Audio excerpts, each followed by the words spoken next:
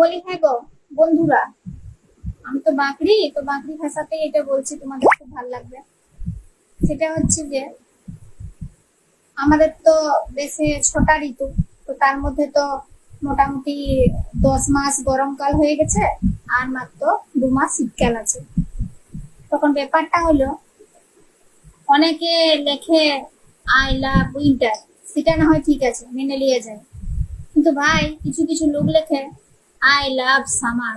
ভাই মুখটা একটু দেখা দেখি, তোদের তোদের মুখটা একটু দেখা, যে আই লাভ সামার যারা লেখুস, আমি গরমকাল ভালোবাসি, তাদের মুখগুলো এরকম চকচকে আছে না বান্দর পড়া হয়ে গেছে এই গরমে?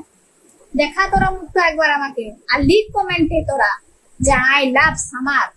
তারপর আমি দেখছি 10 মাস গরমকাল আর 2 মাস শীতকালে ভেলকি চালানো হচ্ছে এখানে। যত সব আই লাভ সামার।